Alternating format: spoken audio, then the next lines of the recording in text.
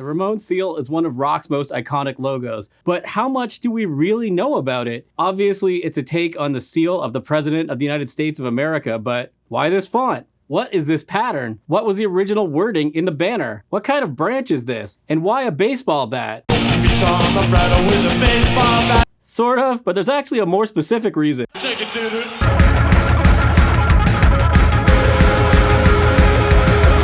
Hello friends, Dan from Slashdance. New album out, new music video out for you kids that like the goth and industrial rock. And while they are neither goth nor industrial, the Ramones are my absolute favorite band. I have every album. I've read whatever books I can get my hands on. They were the first dance with my wife at my wedding. I play a Dee Dee Ramone signature bass, which I refuse to do anything but downpick on, through an MPEG SVT because that's what Dee Dee played. These amps that they work. You know, we can really push them, and we could blow this place apart if we wanted to.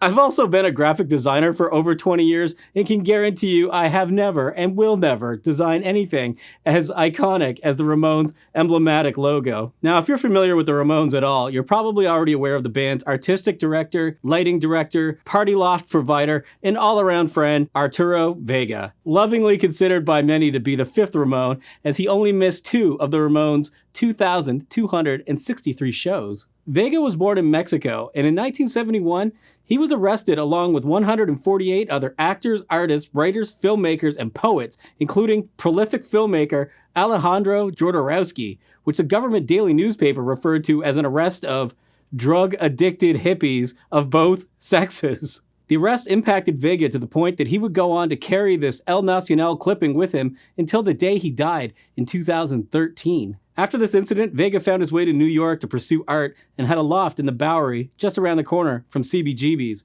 It was here that he became enamored with the Ramones and became quick friends with Dee Dee and Joey.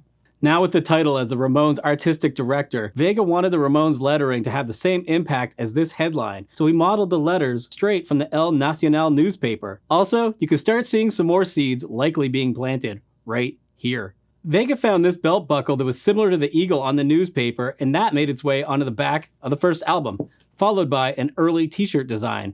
At the time, the Ramones were often dismissed for their cartoonish image, and to counteract this, Vega decided that the band needed a powerful logo. In Arturo's eyes, the Ramones were the ultimate American band. Taking the design that they had one step further, he decided that the seal of the President of the United States would convey a sense of authority.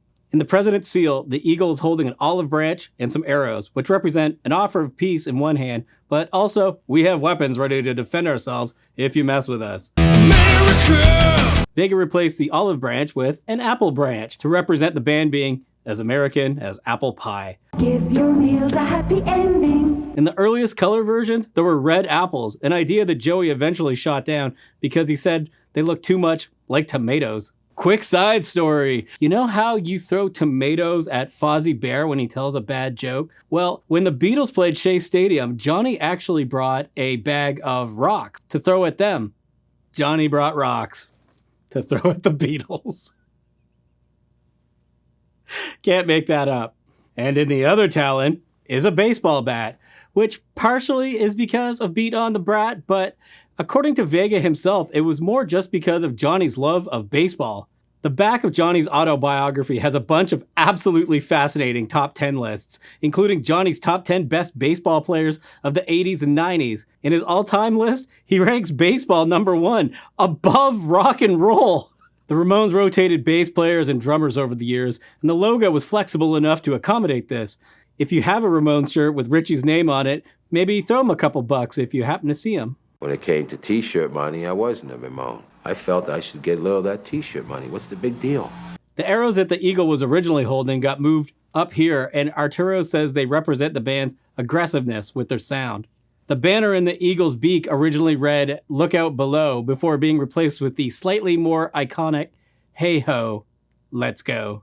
And finally, what is the story with this pattern? Well, coming from a popular shop with early New York punks called Robins, Vega found a strange polyester shirt that was made in Poland. Something about the red, white, and blue pattern struck him as having a very skewed American vibe, much like the band themselves. So that found its way onto the Shield. One of Vega's original shirts now lives in the Ramones Museum in Germany. I don't have numbers to back this up, but Danny Fields, the Ramones' first manager, told the New York Times that the Ramones probably sold more t-shirts than albums. Before his death, Vega got his iconic logo tattooed on his back, this time including his own name. An Artie Ramone shirt? Well, that is a shirt that I would buy. So, let me know, did you know all of this, or was at least some of it new and interesting to you?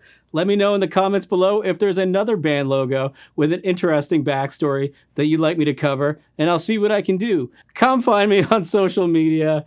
Hit the subscribe button and the bell notification if you haven't subscribed yet. I love y'all, and I'll talk to you next week.